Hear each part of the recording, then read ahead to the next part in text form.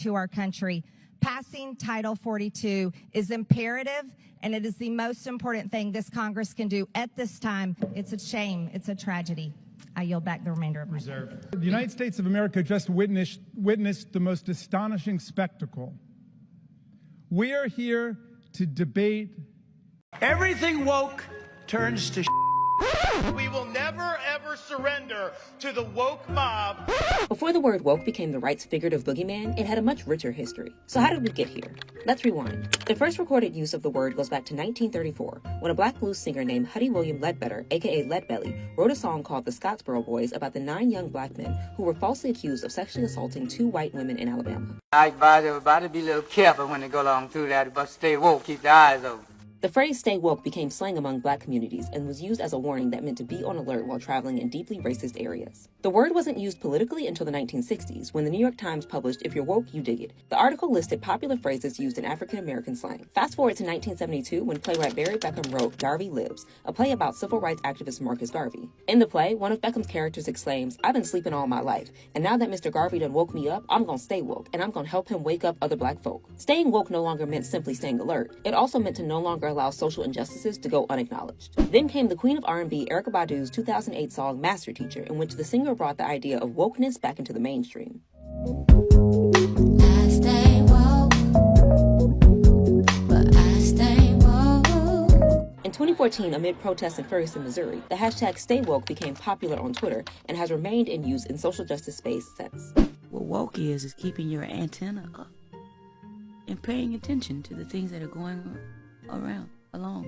In 2017, the term woke was added to the Oxford Dictionary, defined as being aware of social and political issues, especially racism. Today, the phrase seems caught in a culture war between progressive rhetoric and Republican scare tactics. The left uses it to demand change among political and societal norms, and the right sees the idea of being woke as a means of brainwashing today's youth. In 2022, the Stop Woke Act was signed into law in Florida, though it was later blocked by a judge. Introduced by Republican Governor Ron DeSantis, the law aimed to give businesses, employees, children, and families tools to fight back against woke indoctrination. There's that woke boogeyman again.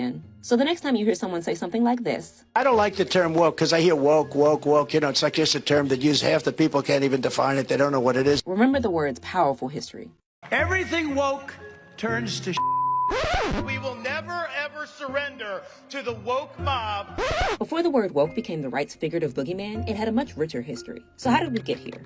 Let's rewind. The first recorded use of the word goes back to 1934, when a black blues singer named Huddy William Ledbetter, aka Leadbelly, wrote a song called The Scottsboro Boys about the 9 young black men who were falsely accused of sexually assaulting 2 white women in Alabama. I advise everybody to be a little careful when they go along through that, but stay woke, keep their eyes open. The phrase "stay woke" became slang among black communities and was used as a warning that meant to be on alert while traveling in deeply racist areas. The word wasn't used politically until the 1960s, when the New York Times There are 50 states. This is day 1 of me ingesting borax. I hopped on the borax train. I jumped on the borax train. To a woman, now she is a lesbian. I don't see what the big deal is. She's a lesbian. I mean, some of y'all claim Christian and then turn around to be assholes. Oops. My bad. Did you wake up in the morning and went, who's Dylan Mulvaney having sex with? Why do you care? Why do you care? She's a lesbian. So? Did this somehow miraculously drop the oil prices?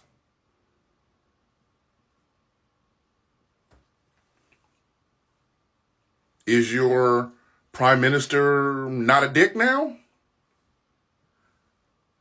Y'all be all off in somebody else's shit. Go over there. There's some other shit for you to do. Who's Dylan Mulvaney having sex with? Who the fuck cares? Y'all be occupying yourselves with the wrong shit.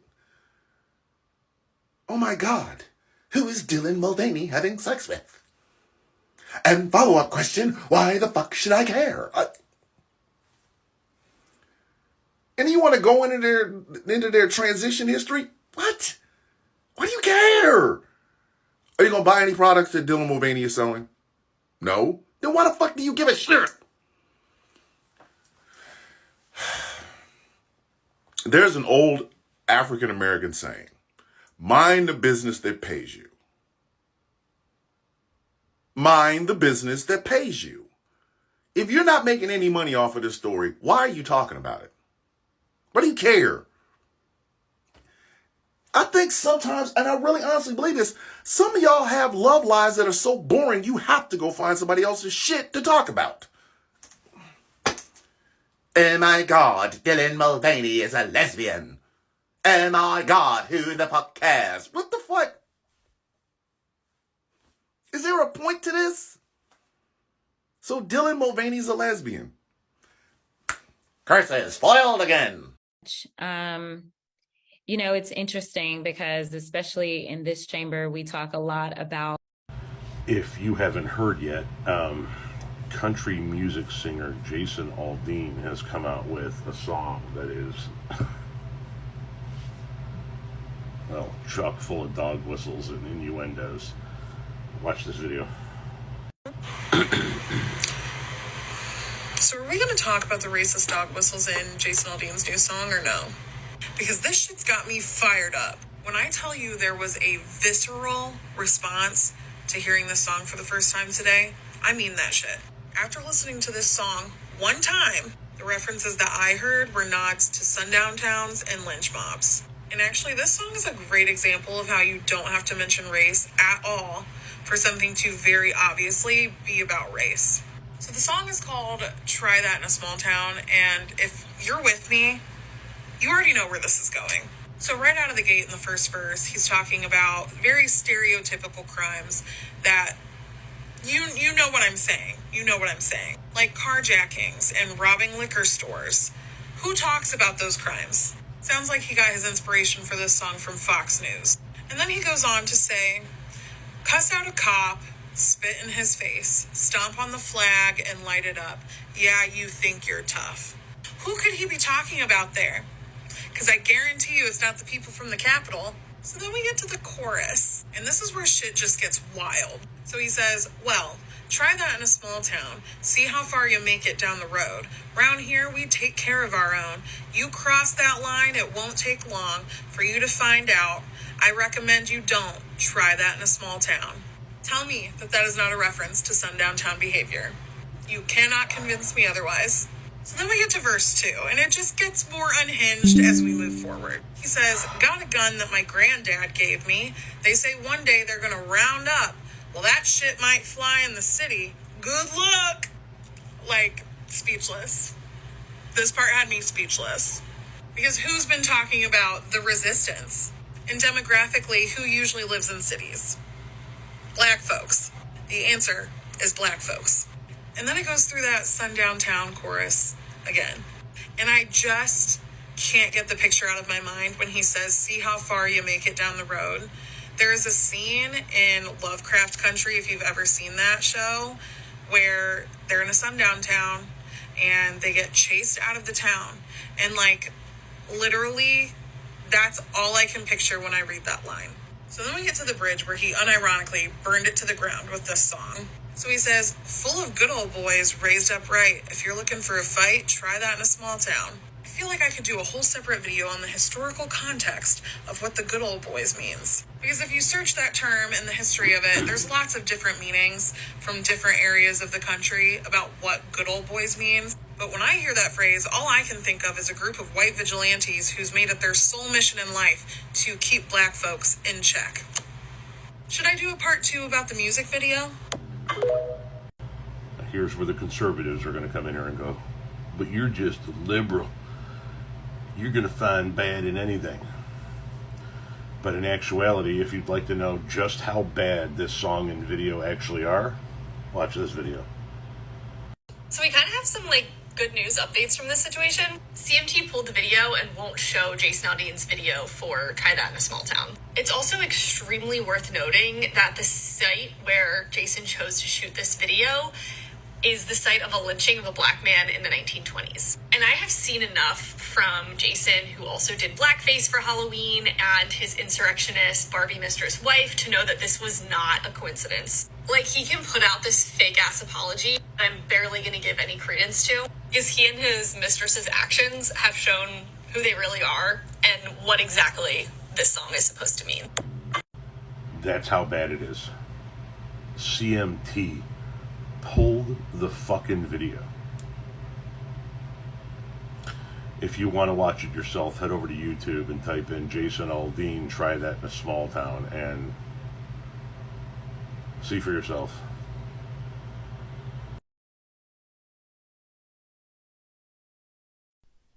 All right, let's see it. It was more important for God to make sure that I didn't wear mixed fabrics than it was. All right, I have been asked to discuss what's happening in the Supreme Court right now, and I encourage all of you to stick around no matter what side you're on when it comes to this. But I need you all to take your emotions out, set them to the side, and let's put on our thinking caps when it comes to this, okay? All of this started because a woman in Colorado wanted to make websites for people who wanted weddings, something along those lines. Y'all sit on podcasts talking about gender wars when the real gender war is the fact that black women are being abducted, harmed, and murdered at nearly genocidal rates, and more often by men in our own communities. Carly Russell was recently abducted and returned to her family, but now the same people who are praying for her are calling her a liar, almost like y'all wanted her body to be found instead. Tamika Chapman was murdered after decades of abuse by her husband. Keisha Gray was gunned down in front of her 3 children by her ex-boyfriend. Jamia Harris was murdered after she told a man who was interested in her that she had a boyfriend. Asia Womack was killed by a stranger because she beat him in a basketball game. Kylie Sorrells was fatally shot by her mother's boyfriend. He shot her mother as well, but she survived. 2-year-old Winter Smith was also murdered by her mother's ex-boyfriend. Denisha Montgomery, an officer in the U.S. Army, was found dead by an alleged suicide after she reported that she was assaulted by 4 men in her unit. Latima Warren, Deja McQuarrie, Ashley Burton, LaShawn Jeffrey and her infant son, Lachey Henderson, Joy Brown, Dr. Kalendra Green, Dariana Wheeler and her unborn child, and thousands of others that I don't have time to name because every few hours in this country, a black woman or girl is murdered.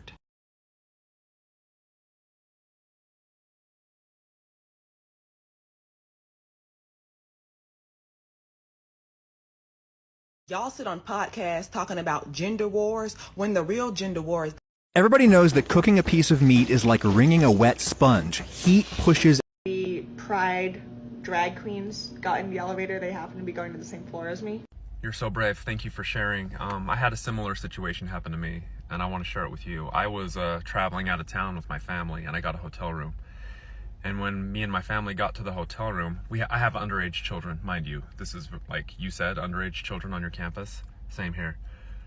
Got to the room, and there on the bedside nightstand, there was a Holy Bible.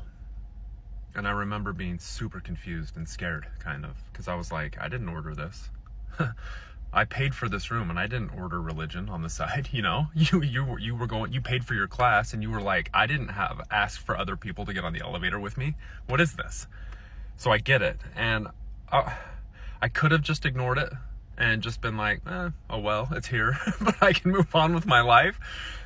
Or I can make this weird video and talk about how bigoted I am. The Pride drag queens.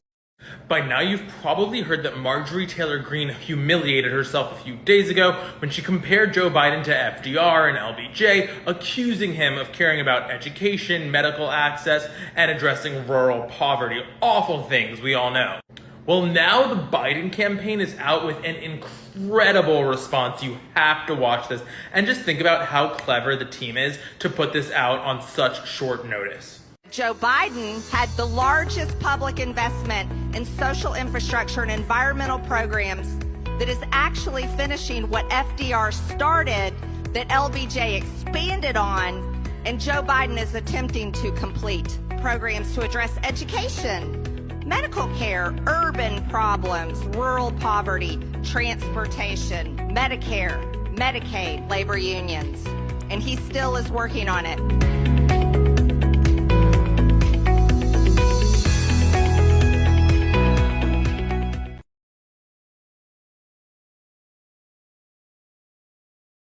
And we begin tonight with a terrifying concept that is currently our reality.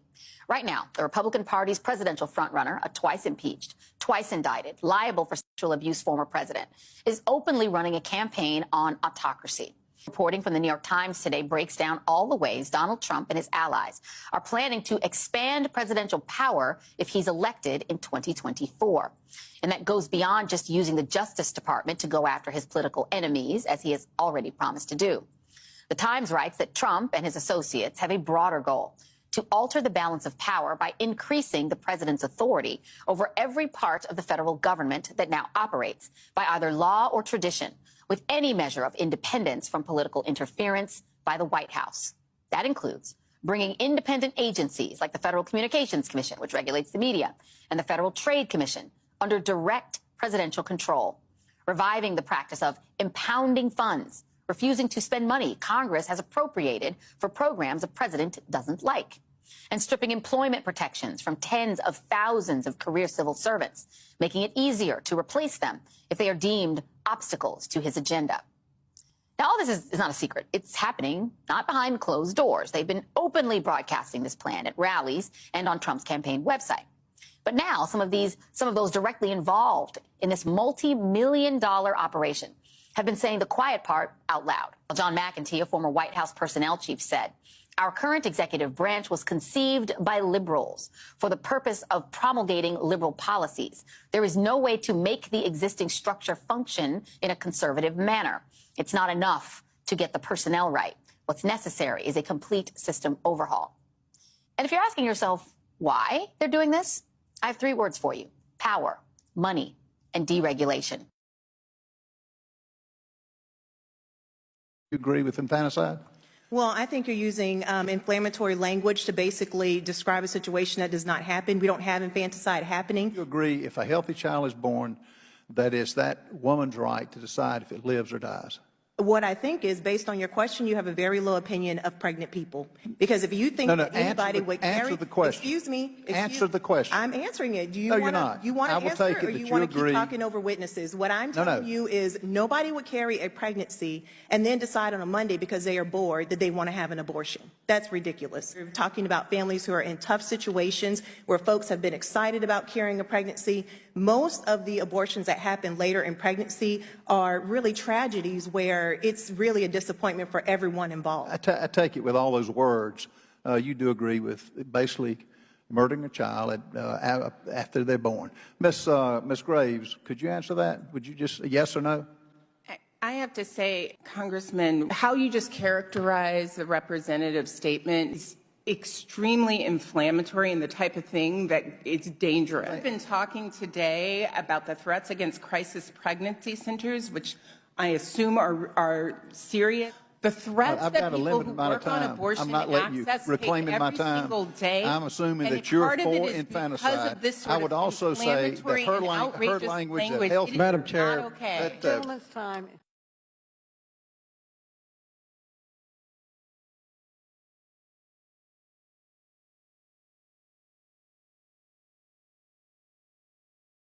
You agree with infanticide? Well, I think you're using inflammatory language to basically describe a situation that does not happen. We don't have infanticide happening. You agree if a healthy child is born, that it's that woman's right to decide if it lives or dies? What I think is, based on your question, you have a very low opinion of pregnant people. Because if you think that anybody would carry... Answer the question. Excuse me. Answer the question. I'm answering it. Do you No, want you're not. You want I to will answer, take it or that you you want to keep agree. talking over witnesses? What I'm telling you is... Makeup tips for trans girls. To get rid of your 5 o'clock shadow, you want to use some kind of an orange color. If you're opposed to gay marriage, you can simply say no when a gay person proposes to you. The news is always like, America has banned wheelchair ramps because they weren't in the Bible. Finland has made ice cream free. If a monkey hoarded more bananas than it could eat while most of the other monkeys starved, scientists would study that monkey to figure out what the heck was wrong with it. When humans do it, we put them on the cover of Forbes. This appears to be a sign on the ground, and it says, "See a tent? Just fucking leave it alone, thanks." Maybe instead of complaining about a homeless person's only shelter from the elements, you could do something about the economic conditions that put them there in the first place, or maybe let them use the bathroom at your overpriced bougie-ass hipster cafe. As you go out of your way to make the life of a homeless person harder, ask yourself the question, what the fuck is wrong with me? Neopronouns are made-up words. Boy, do I have a surprising fact for you about all words. And lastly, fondly remembering the time 2 of my transphobic colleagues wouldn't eat my baking, so I made progressively more delicious and elaborate cakes and watched them die inside from their own bigotry. If you're opposed to gay marriage, you can simply say no when a gay person proposes to you. The news is always like, America has banned wheelchair ramps because they weren't in the Bible. Finland has made ice cream free. If a monkey hoarded more bananas than it could eat while most of the other monkeys starved, A scammer tried to steal from a follower of mine, so I sent him his home address. This is my master's degree in Homeland Security, and now he's got a little detective hat because he's a little detective. Let's ruin someone's day. So this guy is pretending to be the US government, and apparently I owe them money. And of course I can pay in Bitcoin or gift card. You know, the way the IRS totally works. I sent him a link to check the gift card, and ooh, bad link. Nice data you got there, and you're using an iPhone. Perfect. Almost all modern day phones have location services or GPS, so let's turn his on and send it to me remotely. So now I send him a worse link, which is going to pull his data, but also send him to a picture of a gift card that's fake. Now he's confused why the gift cards aren't working, and I explain I bought them online. Wait, are you telling me I've been scammed? The audacity. Anyway, he clicked the link, it gave me his exact location and a little Google Maps link to see. So like a fun magic trick, I go, I'm so sorry about this. Is this your card? With his home address. This guy's a little slow to the uptake. He goes, what do you mean? That's not the card. And then I go, David, and then I say his real name. You live here. You're not with the U.S. government. Please see attached and go to this police station and turn yourself in for see other attached image, this crime. Please stop scamming people. See how sad it is to be on the other end of it. By the way, this guy lives 7 minutes away from a police station, which just felt convenient for me. He then started messaging me on WhatsApp, and he was so offended, including messages like this. How did I look like who you can just trick me like that? And I feel like that question answers itself. Anyway, I hope he turns himself in. Otherwise, allegedly, I'm going to lock him out of his phone. These are some of the things that were yelled at my 6th grader this year at West Wilson Middle School. You're going to hell. My parents say I can't talk to you because you're gay. I bet if I kissed you, you'd like it. You don't deserve to live. My parents say you're a pervert, and if I beat you up, they wouldn't care. You should kill yourself. Die. My 13-year-old. These books aren't dangerous. Your rhetoric is dangerous. Your proposed policies are dangerous. We are not asking you all to understand our kids. We are begging you. If you will not support our queer kids, leave them alone. Shame on you. Do better, all of you.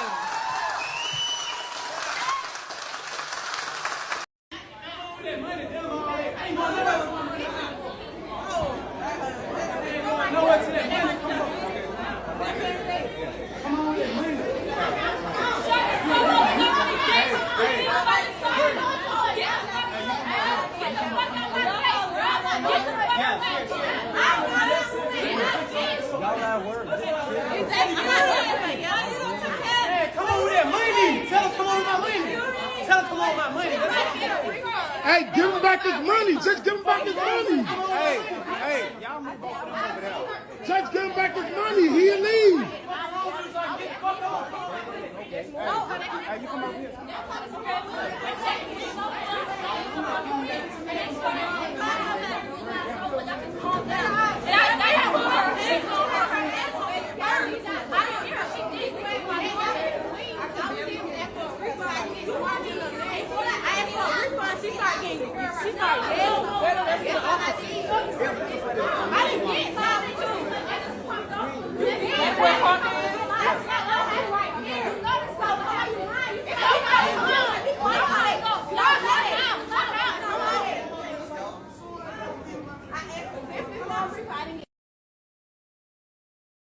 They're mad about Barbie. Barbie film forgets core audience in favor of trans agenda and gender themes, says Fox News. Do you really think a movie with this scene is not being made for the girls and the gays? Do you really think a movie about an empowered girl boss who has every job in the world and dates a perpetually shirtless twink is really aiming for the conservative Christian audience? I don't. This movie is the slickest.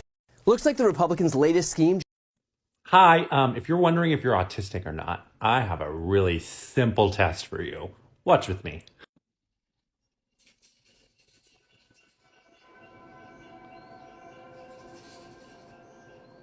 A week ago, this desert locust in Ethiopia was a shy, solitary creature that moved very little.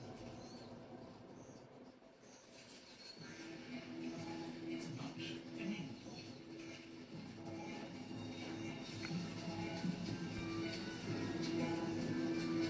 When available food skyrockets, locusts switch to swarm mode.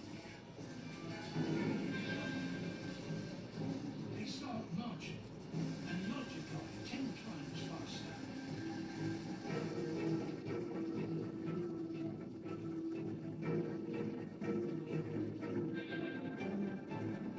As their numbers explode, they strip the land bare. So, to find more and more food, they must keep moving.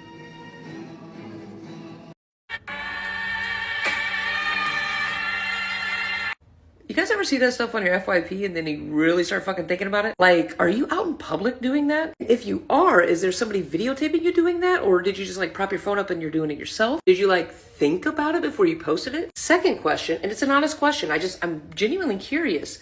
Do people find that sexy? Because I'm not trying to yuck your yum just because it's not my thing. But does that turn people on? Like if you went into a coffee shop and you saw someone doing that, is your first thought, she's coming home with me? Genuinely curious. Like I get I'm a little bit older, like is that a younger generation thing? Huh? We just go to the coffee shop and we just lap up our drinks? Is that how the new generation of lesbians just drink their drinks? Because I have yet to see it, thank God. Oh my God, oh my God, oh my God. Thought I only had 2 questions, but I actually have 3. Do your parents have social media? Because I want to support my child no matter what they decide to do, but I could not imagine being a parent and scrolling through and then that's what pops up of my kid. I lied, one more question. What kind of drink was that? Because now I kind of want one.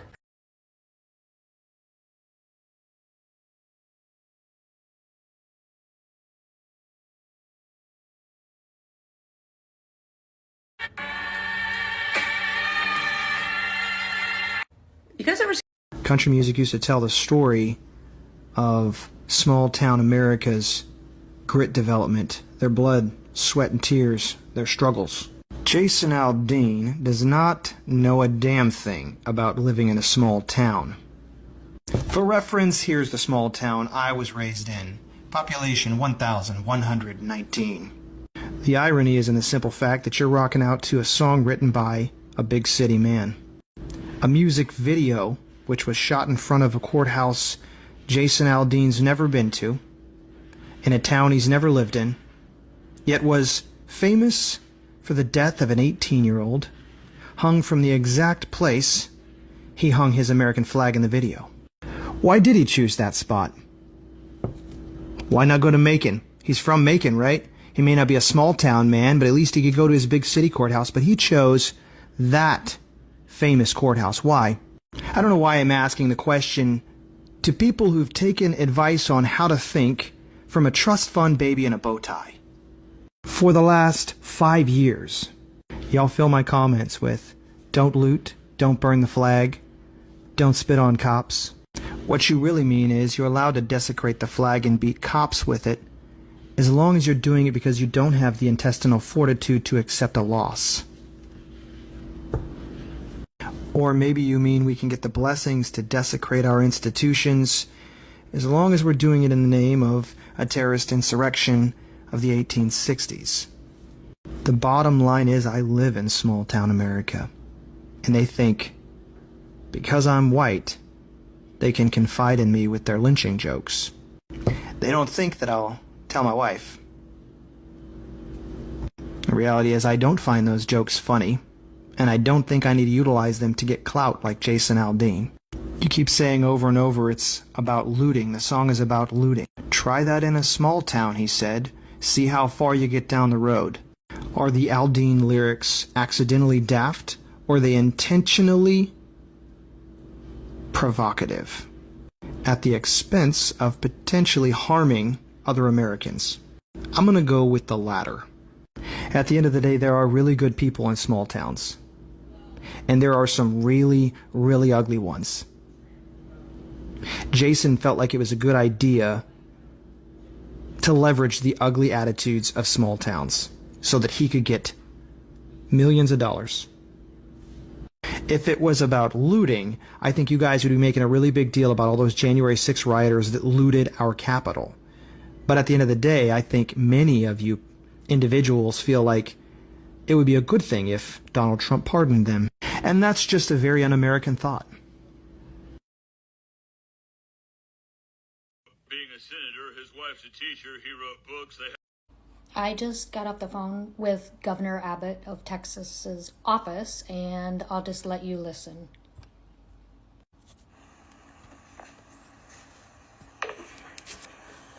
You have reached the office of Texas Governor Greg Abbott.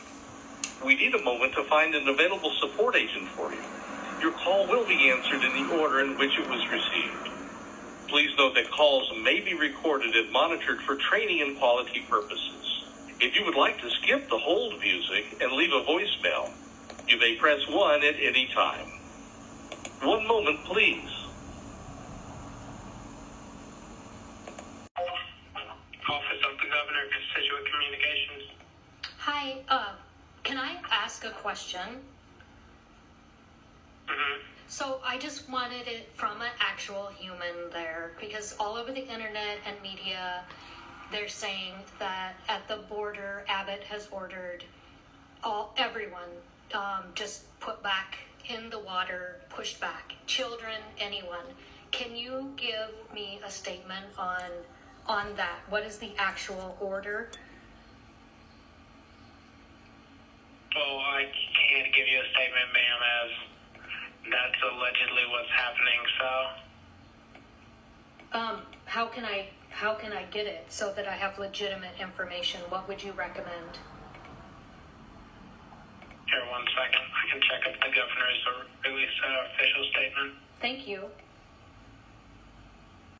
I paused it while he checks.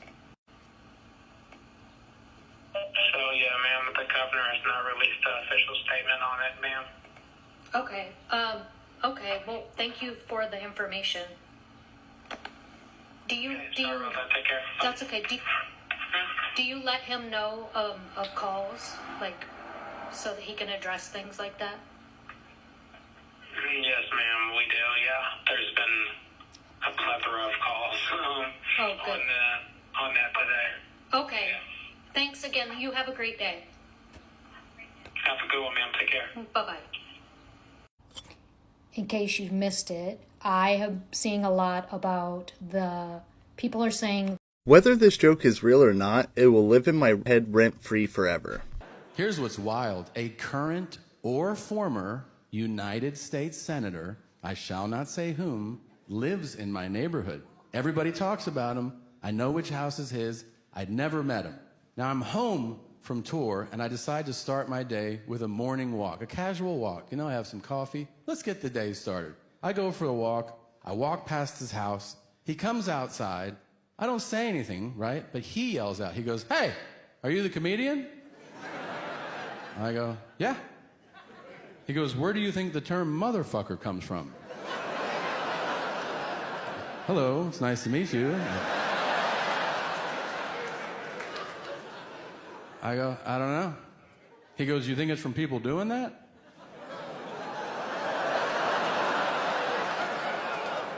I'm like, "Fucking their moms?" And he goes, "Meow." I go, "I don't know." He goes, "How many people do you think do that?" I go, "More than you want it to be." And he's like, "Meow." Then, and I am not making this up, I could not make this up, he says to me, "How about daughter fuckers?" I go, "First of all, that's not an expression that anybody uses." Right? No one's like, "Check out this crazy daughter fucker over here." I go, "If you have kinks, we can talk about them, but not like this. I don't like this at all." And he goes, "Meow." And he just turns around and walks into his house. I'm like, "What the fuck was that?" So I keep walking, just contemplating every mistake I've ever made that led me to that conversation. And now I'm walking home. So I walk past his house again. He comes back outside. He goes, "Hey, I didn't want it to end like that. That was weird." It was. He goes, I thought about it. And a motherfucker is not somebody who fucks their own mom. I go, oh, do tell. He goes, a motherfucker is someone who fucks your mom. He goes, that's the most disrespectful thing anyone can do, so if somebody is particularly rude, you call them a motherfucker. And I go, wow. I am so impressed that you put that together so quickly. I can see why you may or may not be Ted Cruz. And then I walk away.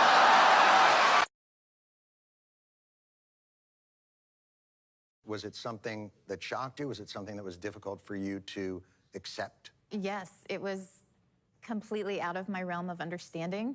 I was very conservative, evangelical, Southern Baptist, GOP. But at the age of 4, Avery said, Mom, you think that I'm a boy, but I'm a girl. I'm a girl on the inside, and very directly told us. We had no idea what that meant. Again, it was out of our thinking. We thought maybe we have a gay boy who's confused. We thought the same thing. We went to ask questions. We talked to doctors. We went to endocrinologists just to check the XXXYs, all the things. And we had to come to understand that our child knew who they were. And mind you, they're 15 now. This was more than a decade ago. Right. They weren't influenced by TikTok. They weren't on Facebook. At 4. So you're saying this is YouTube? Yeah, clearly. Maybe a MySpace page. Sure. Was it something that shocked you? Was it something that was difficult for you to accept? Okay, so let's ignore the fact that a bunch of red states have made abortion illegal and are trying to ban contraceptives and all these other things because they're trying to make it to where you can't not have a kid if you don't want one. But let's say you're right. Like me, I don't have any fucking kids and I don't ever intend to have any. But here's a problem with that logic. We already are right now at a point where our population is not at replacement levels. Because you need about 2.1 children per woman each generation to replace that generation. We already are below that. I think we're at like 1.7 or something like that right now. So already our population is going down. And this is happening most of the industrialized world.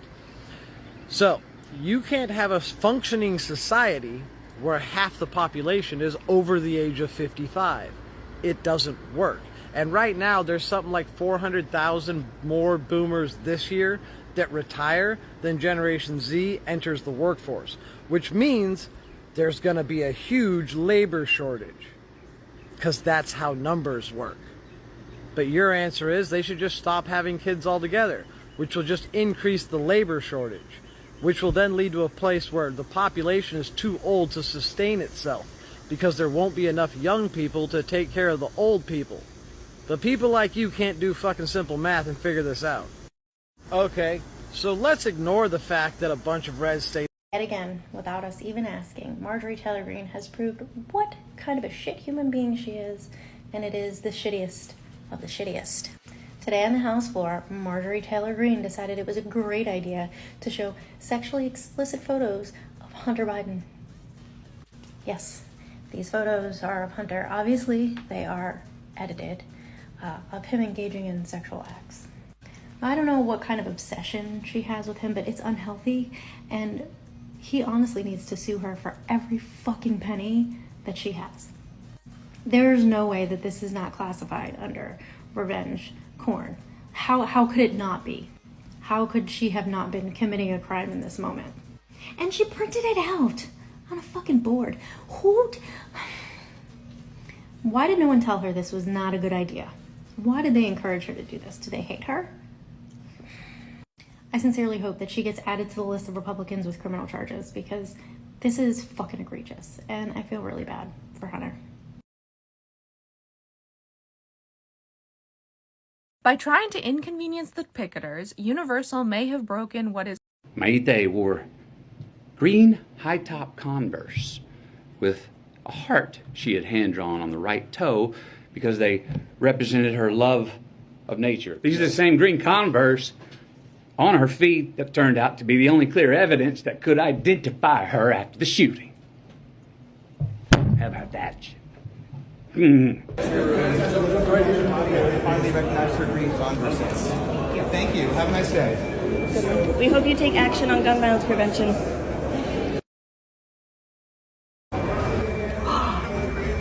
Take a picture of that. God.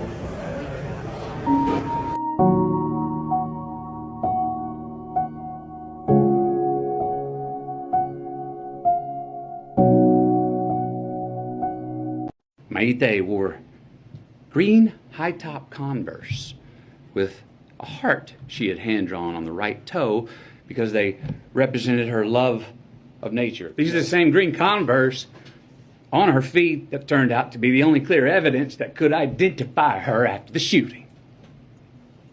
How about that shit? Finally recognized her green Converse. Thank you. Have a nice day. We hope you take action on gun violence prevention.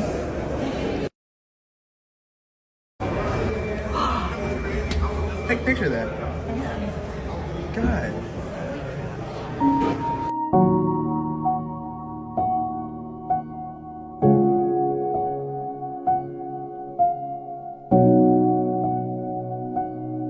Maite wore green high-top Converse with a heart she had hand-drawn on the right toe because they represented her love of nature. These are the same green Converse on her feet that turned out to be the only clear evidence that could identify her after the shooting. How about that shit? Finally recognized her green Converse. Thank you. Have a nice day. We hope you take action on gun violence prevention.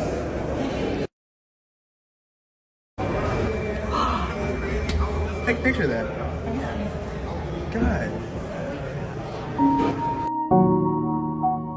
Turn out to be true. How many times you think this will happen? This attention-seeking behavior, if that turns out to be what it was, across the country. This story blew up. How many more people that you think will do that? Yes, it motherfucking matters what happened. You can be happy that they found her and also not settle for the bullshit, which is what we're being fed at this point. Because kidnapped her, got away, and had a 2-day head start on the popo. That after 50-some hours, they just turn around and have a change of heart and let the victim go on the honor system after she could potentially identify them.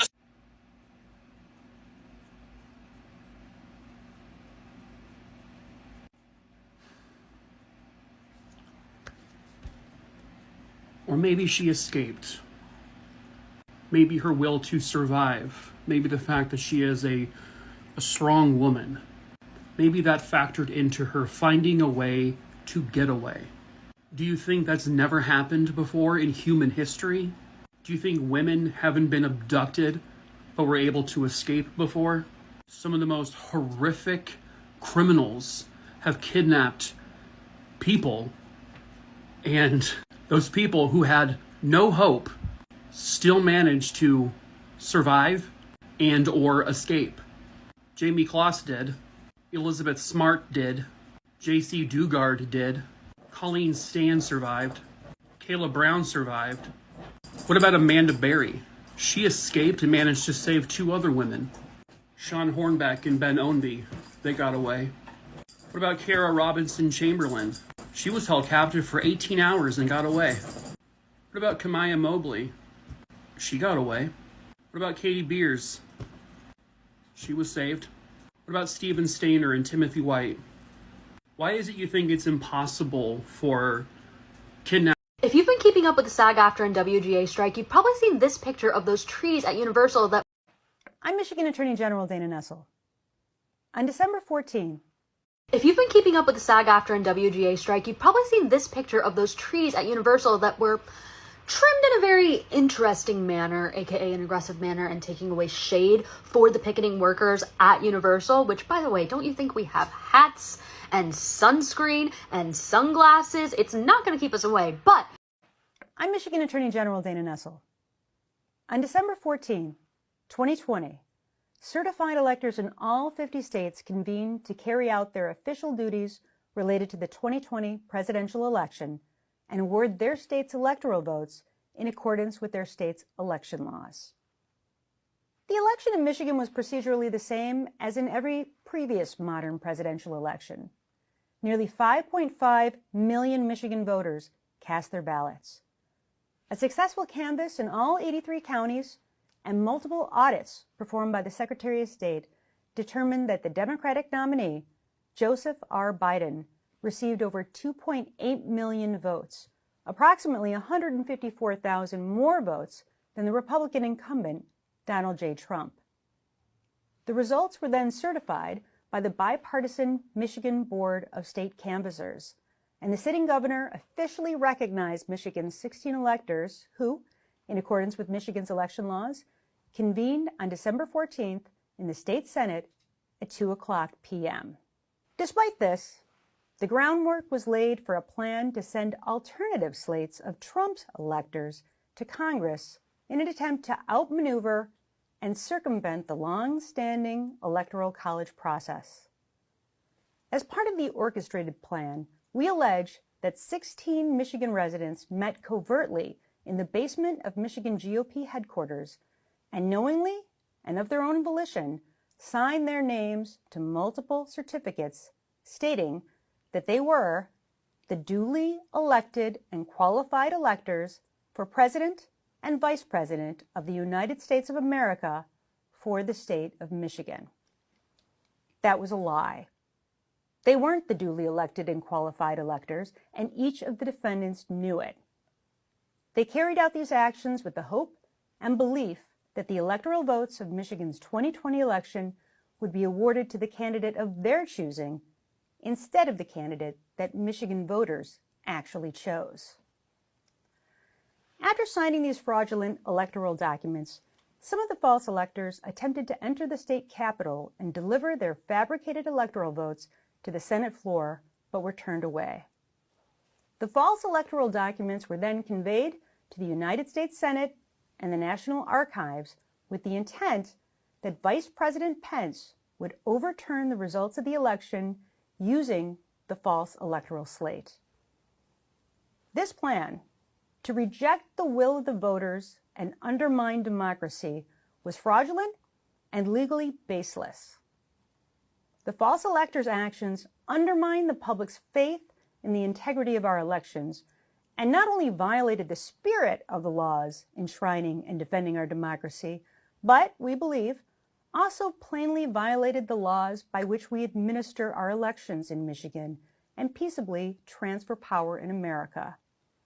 Therefore, we have filed charges against the following 16 individuals: Kathy Burden, William Choate, Amy Facinello, Clifford Frost, Stanley Grott, John Haggard, Marianne Henry, Timothy King, Michelle Lundgren, Michon Maddock, James Renner, Maya Rodriguez, Rose Rook, Marion Sheridan, Ken Thompson, and Kent Vanderwood.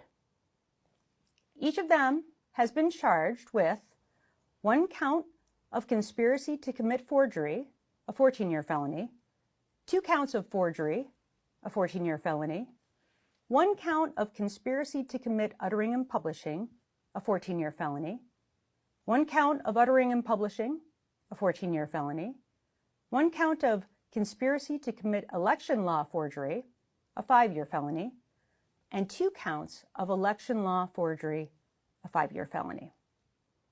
We intend to prove the following elements beyond a reasonable doubt. Oh, you're non-binary? What do you identify as? An attack helicopter? Yes. Specifically the Sikorsky CH-53K, the most powerful attack helicopter in the world, aka the King Stallion. Your move. Oh, you're non-binary? What do you identify as? An attack helicopter? I hope so too, but that's definitely not going to happen. Myself being native and unmelanated gives me this special position of being able to think like a Karen. Key Richmond is definitely a Karen. Her first option would be to run. Interesting, you're right. There's a lot of kids getting surgeries right now for gender-affirming care. You have a lot of non-trans young ladies who are under the age of 15 getting breast reductions because they just have too much breast tissue. You're exactly right, that's happening. You also have young men that are non-trans that are getting a lot of breast tissue removed because they have too much, and they don't feel like it fits them. They have an overgrowth of breast tissue. So you're right, there's a lot of kids having surgeries. But I'm assuming you're probably talking about trans kids, or kids that don't identify in the gender that people assume that they should. So with that said, one of your other comments to this, because this is 2 of 2, says that, you should see the other side of TikTok. This is what they're saying. Well, do you believe Fox News? Do you believe Facebook posts? Do you believe people on the other side of things? Because what's happening is you guys are hearing this stuff, which is not true, and you're spreading it before you actually look at all the facts. So what's happening when you do that, you're harming a whole community and you're making yourself look really stupid. So here's what I'm going to suggest that you do. I want you, Mackenzie, to show me proof of how many trans kids are getting surgery that are kids. You have to go through so much to have any kind of gender affirming care done in reference to trans kids. We had to go through lots of therapy appointments. We had to go through endocrinologists. We had to go through all kinds of stuff to even get anywhere with it. So you can't tell me that many kids are getting surgery. I would like some proof. That would be fantastic. Have a great day. So Jason Aldean released a statement about his song, Try That in a Small Town, and the surrounding outrage about it. He made a lot of different claims in that statement, but Hey, good morning. Pulled out a couple ingrown hairs. You said, I'm not trying to start an argument or anything, but I've always felt that the taking of a knee was disrespectful to the anthem and not the flag, in my opinion.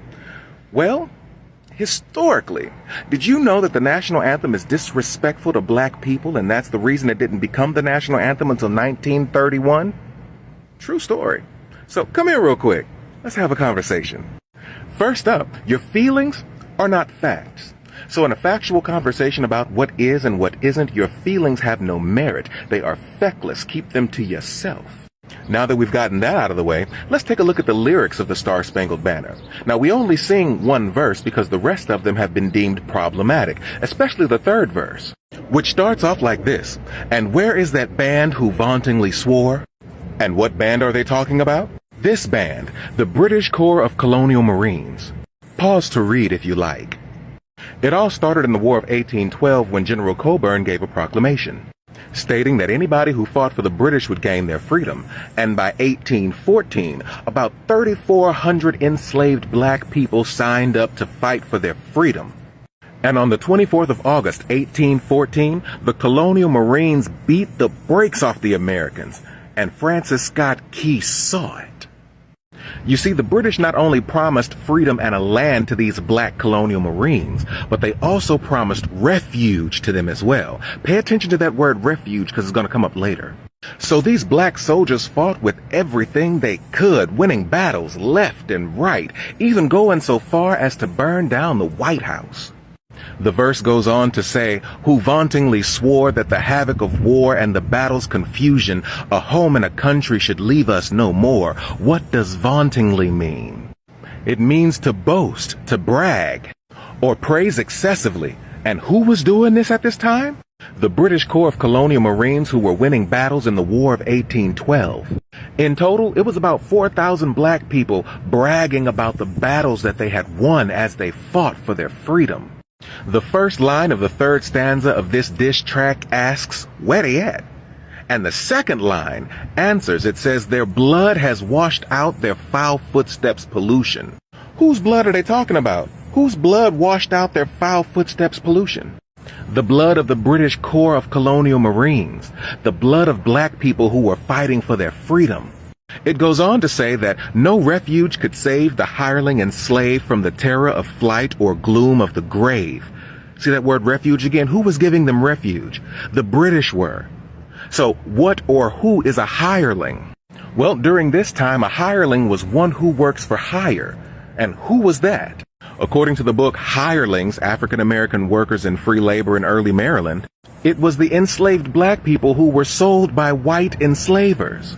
And after they sold their enslaved black people, they got mad at the free people of color who were leaving. So in 1719, they passed laws preventing free black people from leaving the state because they wanted somebody to work the land for them because they was too lazy to do it themselves. And in the 1800s, a hireling was used disparagingly for anybody who worked for mercenary motives. What is a mercenary? A mercenary is one that serves merely for wages, or a soldier hired into foreign service. And Who were these soldiers hired into foreign service? Enslaved black men who fought in the British Corps of Colonial Marines. So far, the third verse of the national anthem goes a little like this.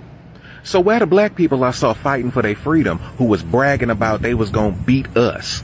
They're dead, and their blood has washed out the pollution that is their footsteps. And the British couldn't even save them from the terror of flight or the gloom of the grave.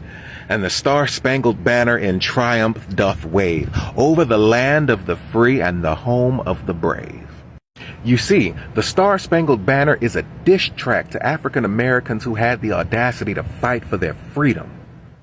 And you think kneeling is disrespectful to the anthem.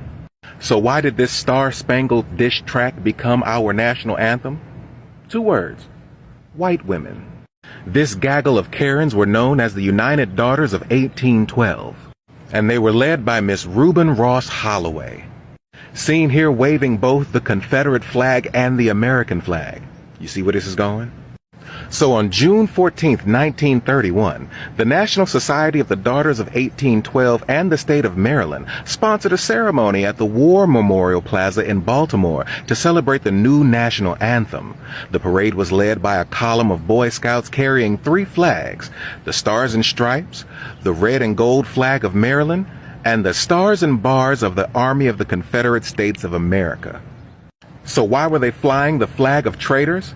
Well, Miss Holloway said it best.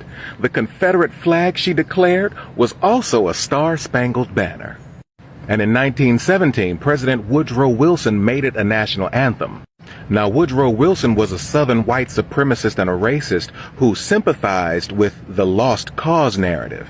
Now, Wilson ran on a platform of fairness and equality, but after he was elected, he was like, forget all that, let's bring the racism. Then in 1919, they started playing the song and singing all the verses at baseball games. But after World War I, people were like, I don't want to sing this anymore. So James Weldon Johnson and his brother wrote Lift Every Voice and Sing as an alternative to the Star-Spangled Banner. Well, racist white people didn't like that. So on March 3rd, 1931, President Hoover signed into law that the Star-Spangled Banner would be the national anthem of the United States of America. That's the same year that James Earl Jones was born. That's right. The Star-Spangled Banner as our national anthem and James Earl Jones are the same age. And it only became our national anthem because of racism. The more you know.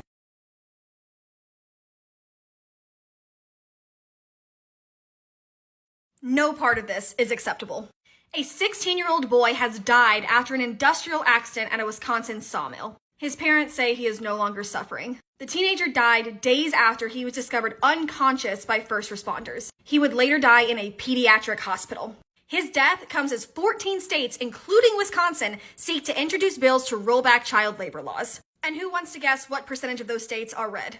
Child dying in factories. That's what they want to go back to. And one of the primary reasons they are saying they want this is so those children can provide for themselves and their families. So instead of trying to increase worker protections currently, or wanting to provide adequate health care for workers currently for them and their families, or make healthcare more affordable, or pay the adults in the workforce enough to provide for themselves and their families, they instead want to redact laws and allow children to not only work longer, but also decrease the overall age where children can work full-time. The people who want to pass laws like this don't want realistic solutions. They want cheap, exploitative labor. And now they're going after children to get it.